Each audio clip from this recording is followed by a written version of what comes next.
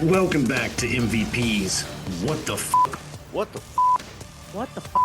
What the f? Paranormal podcast, where we talk about, well, everything the paranormal encompasses. So you ready? Let's fucking do this. All right, do we go now? Yeah, all right, okay. All right, welcome back, everybody. I'm Evan. I'm here with Mel, Wes, and Tommy.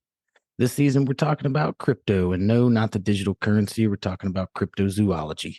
This week, we're discussing the granddaddy of all the monsters, the dragon. I've seen the cinnamon dragon before from the cinnamon challenge. What? Oh You my guys not seen God. that cinnamon challenge? We did the Yeah. cinnamon challenge in Iraq, and one of my sergeants put all this big old wad of powdered cinnamon in his mouth. He didn't think it was going to be a big deal. And then he coughed, and the puffs of cinnamon smoke came out of his nose. Usually comes flying out the nose, out the mouth. Yeah, in grandiose fashion. It was the greatest spectacle I saw. I don't know why That's people not think even that that's a good grammatically idea. It's hilarious as all get out. It's a horrible idea. It's a fantastic idea. So dragons. What are you guys' thoughts on dragons? Well, based on my research, historically speaking, I think it's impossible. Yeah, for sure, man. I mean, the pictures and illustrations and, texts about dragons have stretched back for thousands of years. I was going to agree with this, with the lore behind dragons itself. I mean, look at, and I'm not just saying Asian alone, but every Asian society is focused on dragons. It's But found you in do almost every culture on Earth. Well, I was going to say, you've Facts. got Vikings and everything just coming down the line. I'm not trying to go into your business, Wes, but yeah, why not?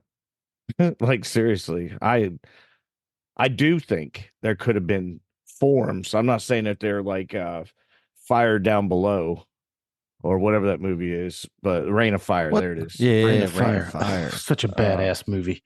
I'm not saying there was something like that, but who knows? Maybe they were all hunted out of existence. Well, I found, traces of dragons being drawn on Chinese rocks in the Shaanxi province, like thousands of years ago. Talks about them in the Sumerian texts, in the Babylonian text. They were worshipped by Aztecs. The Celts talked about them. In the, Asian cultures, the Chinese, Japanese, even Korean, they they have a little bit different look on the dragons. It seems like they are more peaceful. The Korean dragon, there's a 3-claw dragon, and then there's a 4-claw dragon. Okay, well, that's news to all of us, but all right, carry on. It's your thing. What do you mean carry on?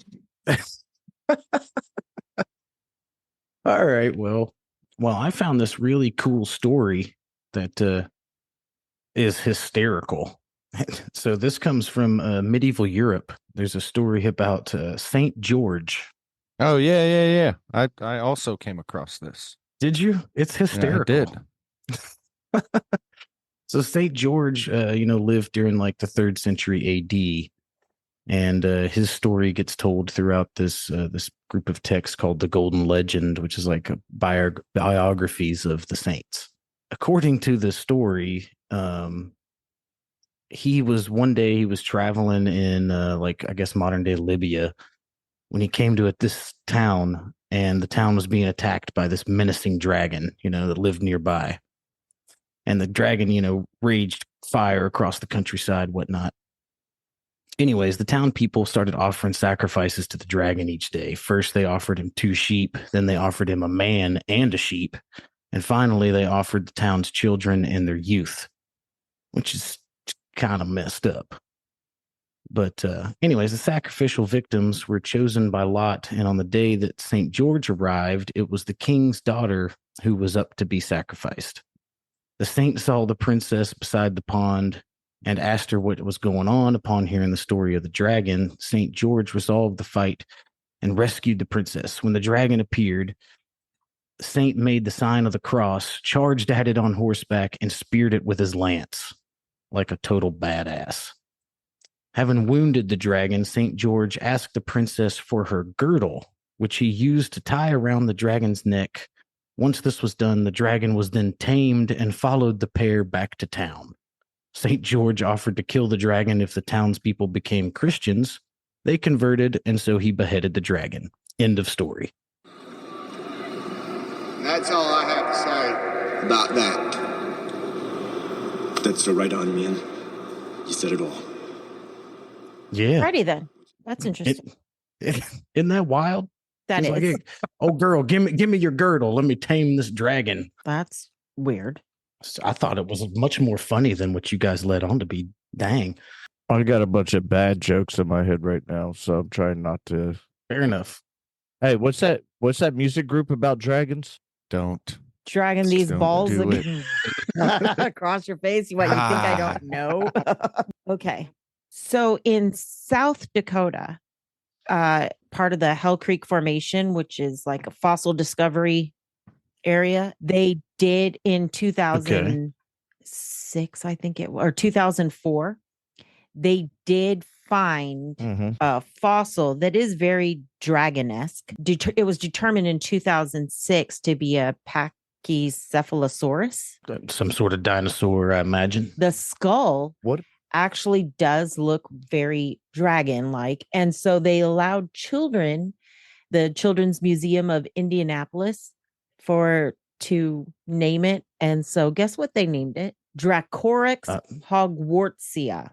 Get the All fuck right. out of here. Nice. They also, archaeologists discovered a fossil of a 240 million year fossil of a 16-foot dragon in China.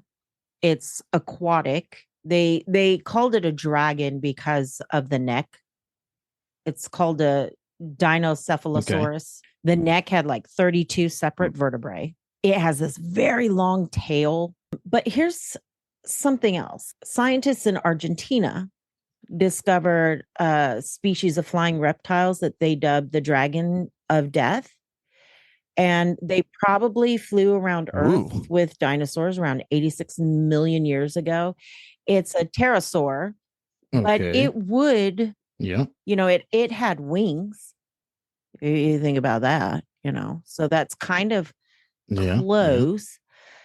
But I think, Evan, you touched upon something that I think a lot of people are missing.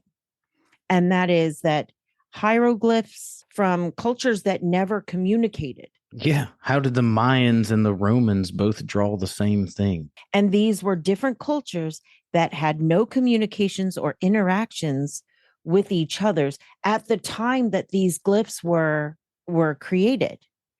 And that's that has to mean something. And so a lot of people think that, well, dragons, it's all mythical and stuff like that. However, there are scholars, specifically Phil Center, Uda Maddox, Heidi Haddad. They argue that natural history is what started depicting them as very fantastical. But it was only in the 18th century that natural historians determined that dragons didn't exist at all. Up until then, they did believe in them. In fact, they did a translation of the dragon section of the Schlangenbuch, which is the Encyclopedia of Natural History by Conrad Gessner. He was a Swiss physician and naturalist, and this was published back in the 1580s. And with his encyclopedia, he was trying to compile everything ever written about every animal species on Earth. He included dragons. Damn. There was a dragon section. He was getting the written scripts and stuff from various cultures around the world, to include Greek, Egyptian, Indian, that described flying serpents. And so he asserted that, hey, dragons could fly. Augustine of Hippo, he described dragons as Earth's largest animals. It may not be like Game of Thrones kind of dragons. I mean, we know that, the pterosaurs existed in the dinosaur age, which were, the pterodactyls and all the big giant reptilian birds that flew around the Earth. That was a thing. Those are real. We know that for sure. What's to say that, some of those things didn't kind of survive through the dinosaur apocalypse and kind of evolve into what they came to know as dragons later on. Right. And speaking of, on the part about the fossils and stuff, that's a big argument for a lot of people against the existence of dragons is, well, there's no fossils, there's no bones. And there's been a lot of people come up and say that it's possible that maybe dragons being such big, large creatures, it's possible that they had bones, akin to the bones of birds, which are hollow and therefore wouldn't fossilize. What do you mean? Can you explain that a little bit more? So the bones in bird bones have like these hollow channels in them. They're almost hollow tubes that have like these little structures built throughout them. So when a bird, dies and the bones usually just crumble to dust and don't actually set up long enough to fossilize. They can fossilize under extreme circumstances, but most of the time they don't. So if dragons had the bones similar to birds and they, that were hollow bones, we wouldn't find fossils of them. I get it. Okay. Also, in ancient Greeks and Sumerians, dragons were described as giant serpents that would crush people with coils, kill with venomous breath, right? Yeah. For the majority of history, they were thought of as being like any other mythical animal, sometimes useful, protective. It wasn't until Christianity was spread throughout the world that dragons changed and they had like a more sinister interpretation. Interesting. Yeah, that's what I was reading in too, the Mel. Bible. Christians at the time, they believed in a literal existence of dragons. In the book of Job, specifically chapter 41, there was a Leviathan. Mm-hmm. So when Christianity spread, then these dragons were no longer useful and protective. They represented something evil. I was reading into all that too, Mel, and the way I was picking it up was essentially right. The church used dragons to control the populace. Is Absolutely. how I read into it. They took something and demonized it, and they were like, "Look, only the church can protect you," and that's how the European dragons became the way that they did, shooting hellfire, and that's where St. George stuff came in, Evan. Yep. The dragon St. slayer. George and the girdle. The fucking pimp himself. They used him as the dragon slayer to convert people over to Christianity. That's hilarious. Yeah, I'd like to see any of us go charge a fucking dinosaur with a cross and see what happens. I will fear no living creature as long as I keep this near me. Take that, you weird spawn of Satan! Die, devil bird! He had a lance as well. When you're looking at from a paleontologist or an archaeologist's point of view, there are fossils, there are hieroglyphs, and they weren't though always in the sky. They were underwater. Yeah. That seems to be a big one in the Asian cultures is the water dragons, especially in the Japanese culture. Yeah, they have a dragon called what's it called? Watatsumi. Ooh. This is the dragon king and the great god of the sea and the oceans. It looks pretty badass. What do you guys think about the idea that they were actually real? I don't see why they just couldn't not as it's depicted like in Game of Thrones or House of Dragons, right? Like not as big as those types of dragons. Agreed. Now I know that there's a video out there allegedly where a town in China in 2017 found the skeletal remains of a dragon. I believe that's a hoax. I've seen that video too, yeah. I mean, they went to great lengths. It's pretty massive what they did, but it looks like there's still meat on the bones that they laid together. Y'all probably should have washed them and let them dry out first.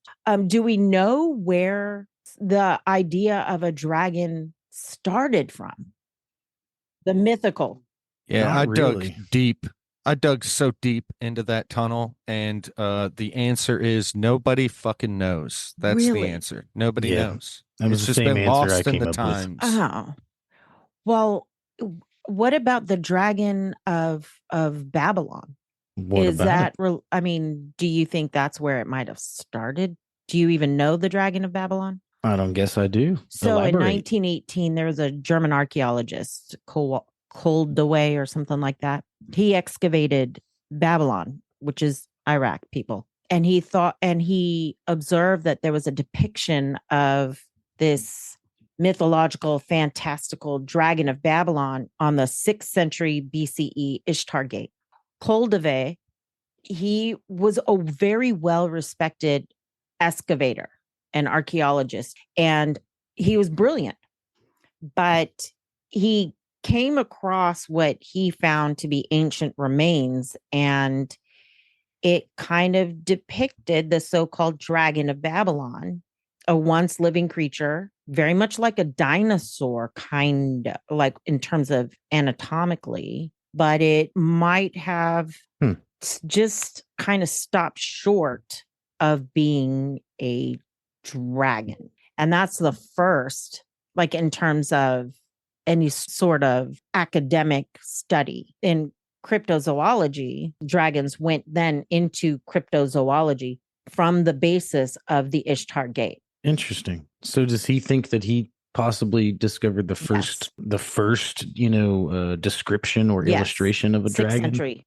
BCE Ishtar Interesting. Gate. If you look up Dragon of Babylon, it's the Mushu. Mushu. It says eventually Daniel poisoned it before he was thrown the into fire the pit. I mean, this is 6th century. I mean, 604 to 562 BC. Yeah. So what do you guys think the chances are that all of these people back then just, made the shit up? Here, I think what I find fascinating is the fact that the various cultures who had no interactions are all depicting dragons, but I don't think what we see from like Game of Thrones with them being like almost like with winged and Pegasus thing, I don't think it was that. I do think it was more serpent-like, if anything. Yeah, I agree. But Yeah, me I do too. think there's a possibility of them being real. I mean, I So guess it's not so much this with the wings, but you see how small it is? I could see Yeah. it being like this small. My ancestors sent a little lizard to help me. Hey, dragon, not lizard. I don't do that tongue thing. You're, Intimidating? Awe-inspiring? tiny. Of course. I'm travel size for your convenience. The fire breathing didn't come into play until Christianity is the one that brought that forward. The Leviathan, which says it stretched like 300 miles in length. Like it may have had venomous breath, not necessarily fire, but Yeah, it could have been something similar to like the bombardier beetle that shoots like this hot gas out of its front that's end. what it had hot breath. It It has some hot gaseous ass breath. Like Listerine your ain't gonna teeth, help dragon. anywhere. Yeah, I mean that's kind of the road I'm leaning towards as well. They were probably real creatures, but not what modern media has depicted them as. No, but I do like Yeah, the like- idea more of Hollywood dragons because those are Yes. fucking badass. Yeah, The flying dragons. Yeah, they're Hey. fucking cool. hell yeah. So with crypto, do they think that they have wings for the most part? I think it varies on who you talk to. Really, half of the crowd thinks that they did. In the books that I have, they talk about strictly terrestrial dragons, which would just be non-flying, just land living dragon types, and then they talk about water dragons, which also don't fly, and then they have a small circle of people that do talk about the winged dragons. I haven't seen too many people talking about them actually spitting fire like they do in movies. Well, that's and in stuff, Western but- culture, though.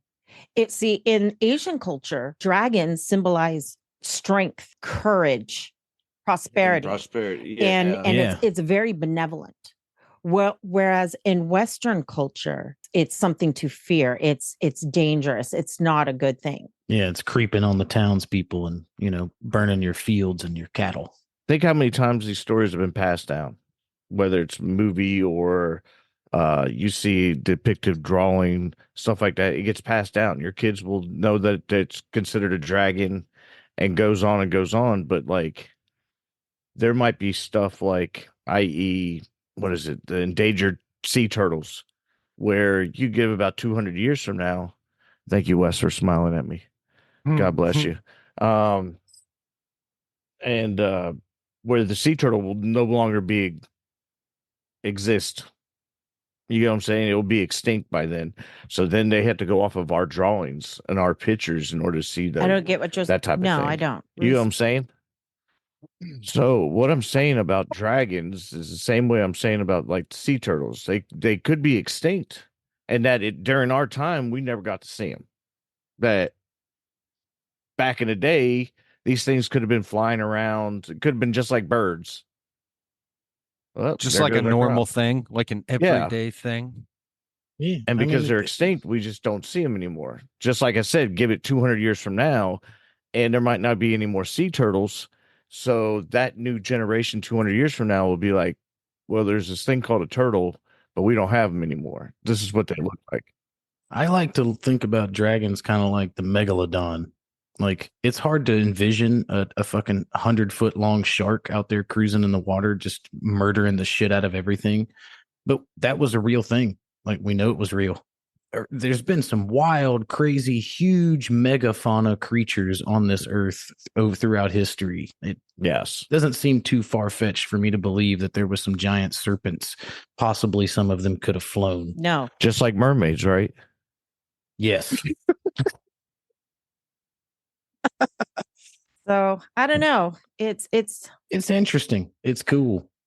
That's why we're here. I'm more prone to believe in the possible existence of dragons than mermaids.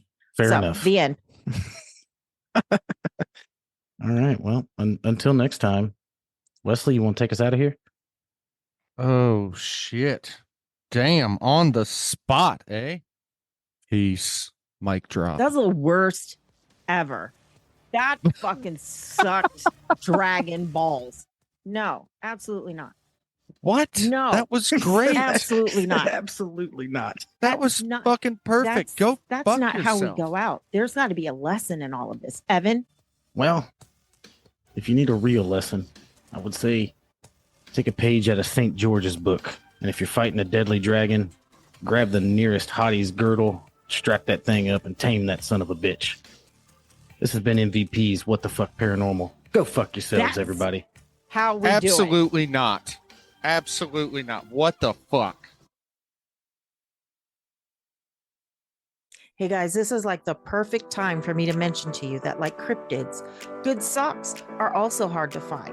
True story. A new company out of Portland, Oregon called Softness Monster is putting a stop to that mess. The crowdfunding campaign they just launched is to make cryptid footwear that are of the highest quality possible. These bad boys will last 10 times longer than your average socks, and they're super comfortable. You should check them out. Just jump onto Kickstarter and search for Cryptid Socks by Softness Monster. Hurry before the crowdfunding ends, and by the way, they're veteran owned and operated. All right, do continue.